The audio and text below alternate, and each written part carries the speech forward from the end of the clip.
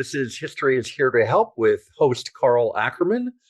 We are missing the wonderful mensch, Jay Fidell, today. So we hope Jay is enjoying his vacation. But we are here now, and we are going to introduce in just a moment the wonderful Dr. George Bogden.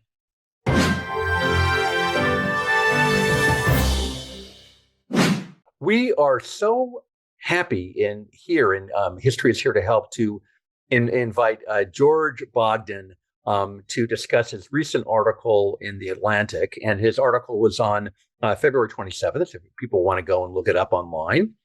And George really has an illustrative background. I mean, he is a George Keenan Fellow at the Keenan Institute. He is also a Strategy and Policy Fellow funded by the Smith Richardson Foundation, a senior visiting research at Bard College, and an Olin Fellow. He was an Olin Fellow at Columbia Law School. In addition, he is a Rockefeller Fellow at the Trilateral Commission, a term member of the Council on Foreign Relations, as well as a member of Chatham House. George, we welcome you to our show on ThinkTech Hawaii. And I just wanted to begin by asking you, tell us about your trajectory, because you're a local boy from Hawaii, and we wanted to hear about your wonderful pursuits. Well, thank you so much. One credential I wanted to mention is what is the most important one, which is I'm a former student of yours, which is terribly important and got me on my track, really. But you're right. I'm born and raised in Hawaii, and more than that, I really identify with my hometown, Kailua, and I love to go back whenever I'm in the state. But I developed very early on in my higher education interest in Central and Eastern Europe, as well as international law. And so through a kind of joint program that I developed, I was able to pursue those interests. And through various fellowships on the ground in Central and Eastern Europe, I've developed kind of a background in the region. And so in my free time, I really enjoy doing kind of essays and long form public pieces on topics that are salient to that region. So that's a bit about me. Well, and you're a formally trained lawyer, and this is also important to your craft. And it's too bad that Jay is not here, because he is also a very accomplished lawyer here in Honolulu. But let's get to the article right away. Germany's unkept promise. Now, before we even get into this, because it's really talking about the Ukrainian crisis within the context of Germany's foreign policy, tell us a bit about how you had to prepare for this article, because your research is truly, for all of us who do writing as a living, is truly incredible. Well, thank you so much. I mean, I really believe that a huge part of understanding another culture is going and listening. And so I took a lot of time to kind of pulse my network in Germany. I was very lucky to be in Berlin as a fellow at the German Marshall Fund, to listen to the thoughts of retired ambassadors. And I had some of the great men of the US-German relationship willing to speak with me about the past and the present. And so that's what I did for a couple of weeks in the early winter of 2022. All around Berlin and in a few other cities, just sat down and asked what I hoped were probing questions and listened. This is a wonderful thing. And going back to your early roots at Punahou School, the former president of Punahou, a guy named Jim Scott, said there's power in listening, and you've echoed this on a much higher scale. So let's talk about the article. And a central tenet of the article is Olaf Scholz and his reluctance to push for a modern, more active German military. And my question to you is, from interviewing all these ambassadors, why do you think that is?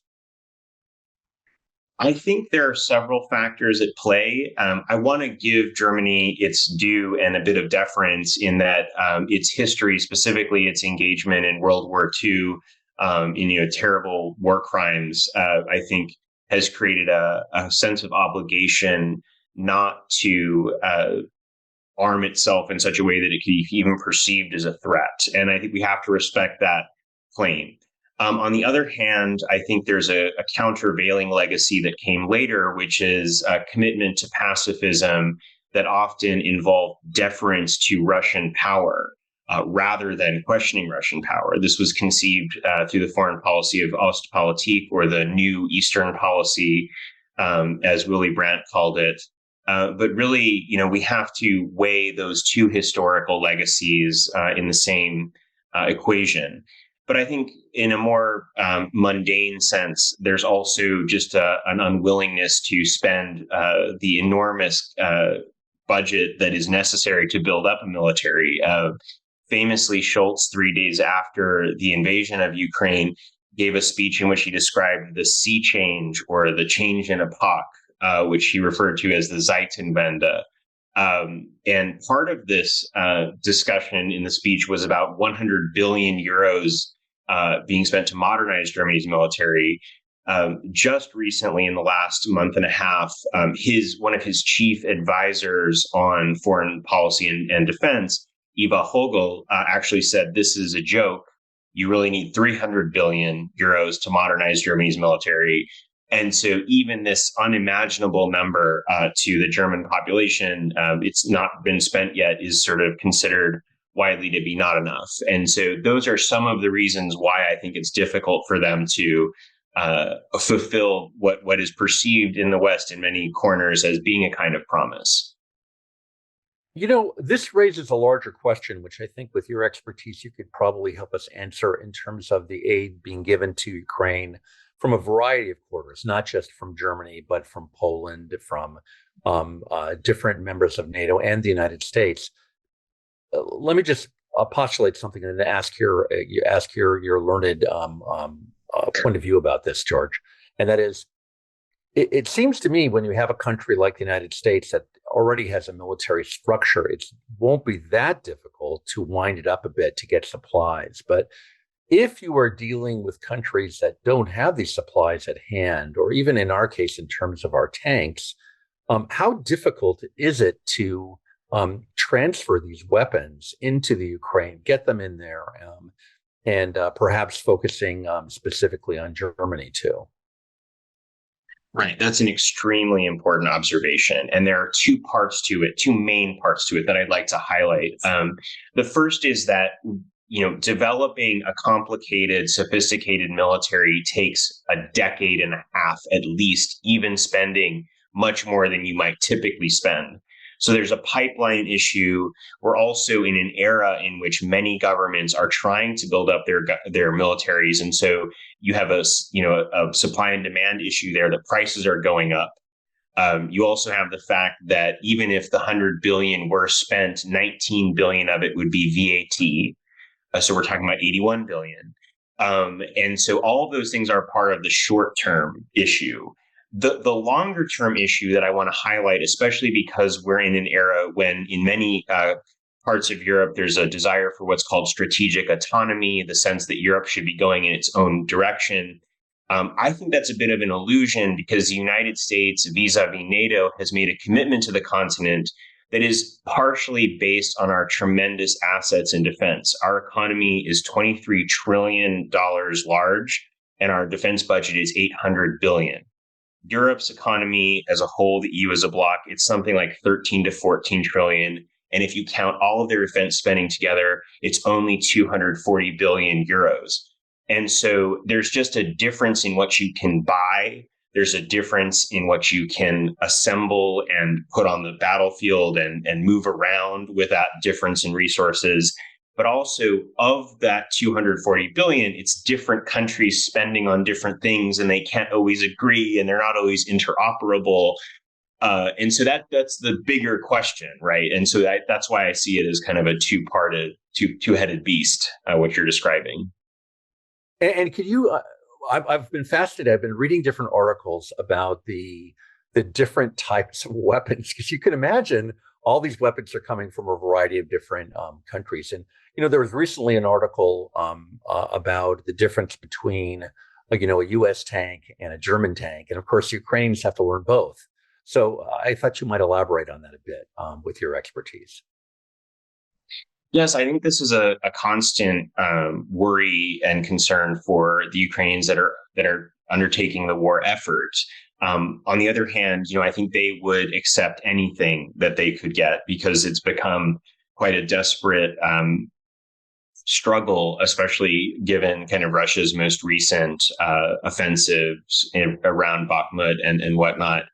But I do think that one aspect of the future of NATO that is sometimes ignored is the fact that if Europe is going to do its fair share, it has to do so in a way that kind of operates with the United States in its military capacities. So there were various acronyms given to initiatives like PESCO and these sorts of things in the European Union to establish infrastructure that would support American power in Europe, and vice versa, that the United States was trying to ensure that its infrastructure lined up with what Europe had.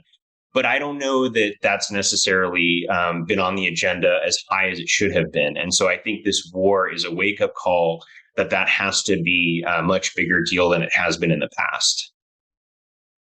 Thank you. And one of the things that you mentioned, you alluded to, the NATO, that European nations want more autonomy. And of course, that was best issued by Emmanuel Macron. And so my question, being the European expert that you are, is, Emmanuel Macron is trying to right now reform a lot of things internally, including the Social Security and things like this. And of course, he had enormous problems with that whole and the yellow jacket offense, which was largely linked again to his internal policy. So, how important is he in leading the European Union in terms of the Ukraine? That's the first part of my question. And do you think that he's going to reach out again to Vladimir Putin and try, sort of single-handed diplomacy and sort of take the leadership away from the traditional role the United States has played? Right. Those are both tremendously important questions. The first one, I think, to accurately assess it, you have to go back to Brexit, because France's position in the European Union became much more significant, I would argue, after the UK left. And I think that this tracks back to a kind of Gaullist vision of what European integration could accomplish for France. And we can't forget that it was de Gaulle who first said no to the UK entering an earlier version of a European entity like the EU. It wasn't, but he famously said to Macmillan, ne pleurez pas Milo, to kind of mock him almost. And I think that is a representation of the French sense that these institutions of European integration can actually be a platform for France to be a leader in the world, that it would not be if it had major rivals within the European Union. Okay, so that's the background thinking. Now, with regard to the two specific issues that you pose, I think that, yes, Emmanuel Macron is quite ambitious in his desire to be the most important figure in the conclusion of this war. He demonstrated the fact by engaging on, in what would be otherwise considered anathema calls, one-on-one calls with Vladimir Putin. But also it's combined with France's sense of itself as the sole nuclear power in the EU. So when Vladimir Putin issues nuclear threats against states in Europe, it provokes France to believe that it has a much more significant role than other states who are also engaged in the struggle against Russia. And so I think, yes, this is going to be an opportunity for the vision of strategic autonomy to be pushed forward by France if other states don't speak up. And I think Emmanuel Macron is going to seek, in the short term, a means to bring the war to an end that really confirms his sense of France's status as the most important in terms of international diplomacy within the EU. Great. Yeah. And, I'm glad that you referred back to the, to the earlier sort of post-World War II French position in terms of how they wanted to declare their independence from the United States, because it seems to be a sort of a long-term trend. Now, in your answer, you mentioned something very interesting that I had never thought about before, and that is When pundits generally try to explain why Vladimir Putin did what he did, was that in his mindset, he really felt that the EU was um, disorganized, and of course, the United States was facing a lot of other issues. And of course, I'm not sure he understood, what it would mean, the transition from Donald Trump to Joe Biden. But what you mentioned was Brexit. And so my question to you is, how much do you think Brexit affected Vladimir Putin's thinking, or thinking at large, for the European Union? Because England pulling out of many trade deals and really trying to separate itself as a sort of national entity, which seemed along the lines of Russia's own focus on its own national identity. Right. I think that for figures like Vladimir Putin, Brexit was a signal that the kind of post-Cold War vision that multilateral institutions were going to really govern the affairs of state, that was beginning to fray. And that if the UK, the traditional kind of cradle of Western democracy, could choose to remove itself from the EU, then Brussels' position as a kind of big power that could make normative moral claims in the international arena was beginning to deteriorate. I think he also saw it as a demonstration of the fecklessness of the EU, in the sense that it couldn't persuade itself to stay together. And also the flagging sense of the EU as a tremendous economic power. One of the reasons that I think these countries stay in this configuration is that together they are arguably the largest trading bloc in the world. They are easily the largest trading bloc with the United States, larger than China. Whereas if you're just Britain alone, with your population, you're much less significant in your free trade capacity. And so the negotiation of treaties goes much differently if you have a smaller population than 500 million people. So all of those things, I think, came into Vladimir Putin's peripheral vision. The one event that I'd really like to highlight for you, though, is the tremendously damaging exit of the United States from Afghanistan, and the sense that, specifically from the Russian view, they're having had that experience themselves, leading shortly to enormous weakness in their own, configuration. They saw the American departure in starkly negative terms and believed it was an indication the United States was not at a moment when it could really challenge the Russian government in what it wanted to do. If it couldn't, deal with tens of thousands of, bubbas with machine guns in the back of, trucks. So that, I think, really set us on a negative path.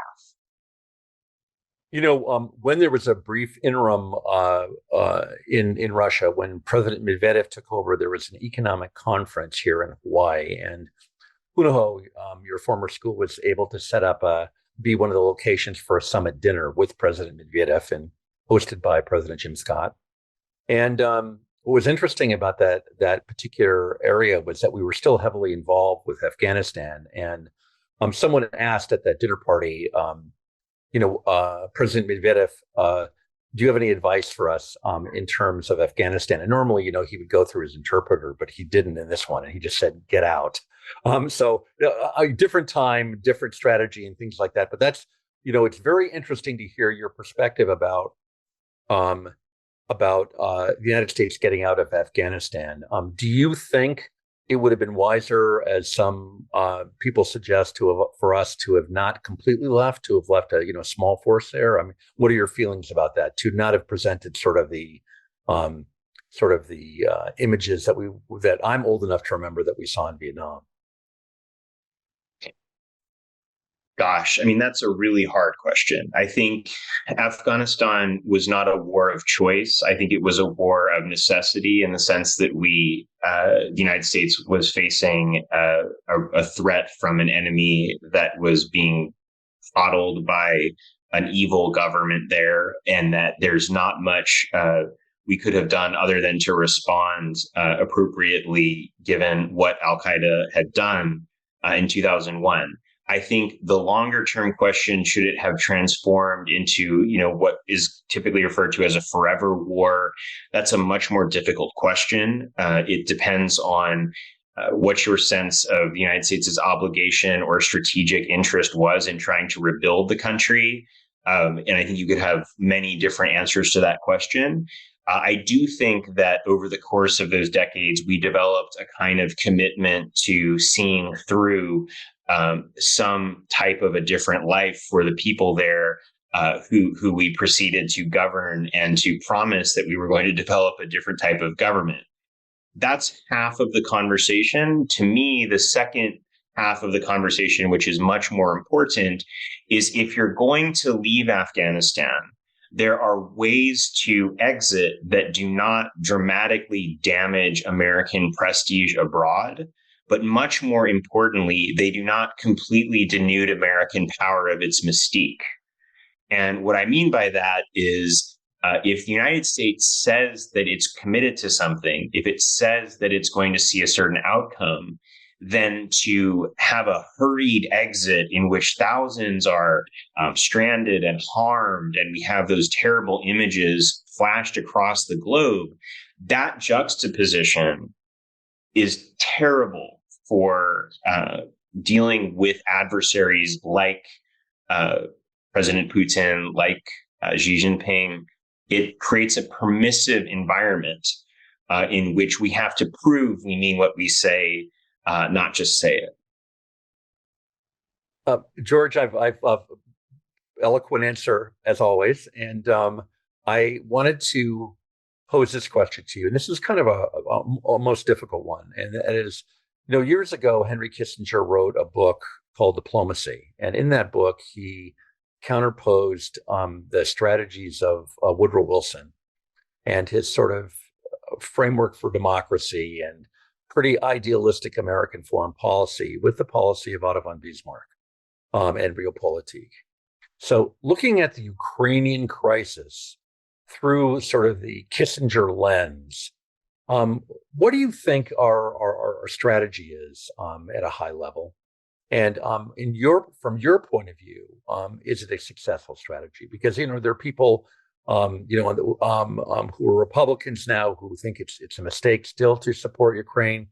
There are others that, of course, in defending democracy, believe it's important. But using that kind of lens, the Kissinger lens, so to speak, what are your thoughts about what we're currently doing in Ukraine? And perhaps in the finish of this answer, you can let me know whether you think the Ukrainians are going to be successful in the end of this war. Of course, I'm asking you to project, and historians generally don't do this, but I'm going to ask you just the same because your knowledge is so great. Well, thank you so much. I mean, that's an important series of questions. And I think the fact that Dr. Kissinger has actually changed his position on the situation in Ukraine and the course of the war, it demonstrates how someone even of his, sage capacity, has struggled with this incredibly difficult conflict. I think really that we have neither a Wilsonian or a Bismarckian policy towards the conflict. And that, to me, is the real tragedy. The Biden administration has rhetorically committed to what it's referred to as Ukrainian victory. It's flirted with the idea that could include retaking Crimea. And yet, in the realization of that policy, we see tremendous inadequacy. We see basically the Ukrainians not being given what they need, drips and drabs of the kind of military aid necessary to accomplish anything looking like victory. And so instead, if you're a jaded outside observer, you have to assume that there's a rhetorical mask and a real strategy that's taking place that's something akin to bleeding Russia. And I think that's the conclusion that I've come to with a great deal of trepidation and frankly sadness. But it's one that will take time to evaluate. So it is very cheap to bleed Russia and make this an extended conflict that they may decide they don't want to continue on. I will say that one observation that Bismarck gives us, which is an eternal one, which the Germans perhaps heed too much, but that Dr. Kissinger very carefully heeds, is that it's always safe to bet that Russia can outlast you in terms of the harm that it will suffer. And so as I watch this conflict continue, I believe that Vladimir Putin's capacity to absorb this bleeding strategy is going to continue. And so I worry about that. And I don't know that it's being taken very seriously by those making decisions in Washington, but, I don't know. On the last point, how do I think this is going to turn out? I'm very hopeful the Ukrainians are going to prevail. And I certainly, whenever I'm in public, advocate for changes to whatever the policies of the moment in a direction that I think will assist the Ukrainian war effort. But frankly, if the United States and its allies do not increase what they're doing on a daily, weekly, monthly basis, I see the stalemate continuing. And I think you could eventually see exhaustion on the part of President Zelensky leading to a negotiation. And the power relations there would depend on who took whose side. And Russia, frankly, has been very careful to cultivate positive relations with many countries who are disinterested in the conflict. So many angles to that series of questions, but those are my kind of general thoughts. George, they're wonderful thoughts. And, I know that when the leading host, Jay Fidell, comes back, we're going to want you back to get you talking about the Ukraine. But I want to conclude with two things. And that is, one, I think that this crisis will not end soon. And so it'll be great to have you back. And there was recently a New Yorker article. This is and this pertains to you, George Bogden, as opposed to the topic that we're talking about. And it talked about the death of the English major. And you have always been a humanities major. And one of the things this article said, and it was well written, about a month ago, maybe it was at the beginning of this month, March 5th article, was that although most people are going towards STEM these days, for those in the humanities, they often end up in leadership positions. And you are the finest example for that. And I'm going to leave you with the last word, George, before we end today. Well, I read that New Yorker article. I think it was very important. And I love to quote Jonathan Lithgow, who was on the Commission for the Future of the Humanities in the United States. And he said very provocatively, what good is a stem without a flower? And it was in your course in European history that I read one of the great biographies of Churchill, in which, he was referred to as and recalled as someone who would recite poems and aspects of poems in some of the really difficult meetings that he convened during the Second World War. And one of the verses that stuck with me is from the Lays of Rome. And I'll leave you with this. He said, and I think it's salient to this moment, then out spake brave Horatius, the captain of the gate, to every man upon this earth death cometh soon or late. And how can man die better than, facing fearful odds, for the ashes of his fathers and the temples of his gods? So with that, thank you so much for having me on the show. And it's been a real pleasure. What a great ending, George. Bravo. Thank you. All right. Mahalo. Okay, nice seeing you.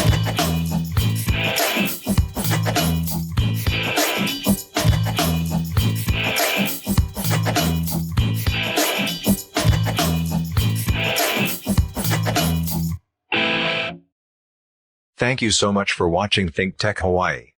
If you like what we do, please like us and click the subscribe button on YouTube and the follow button on Vimeo. You can also follow us on Facebook, Instagram, and LinkedIn, and donate to us at thinktechhawaii.com. Mahalo.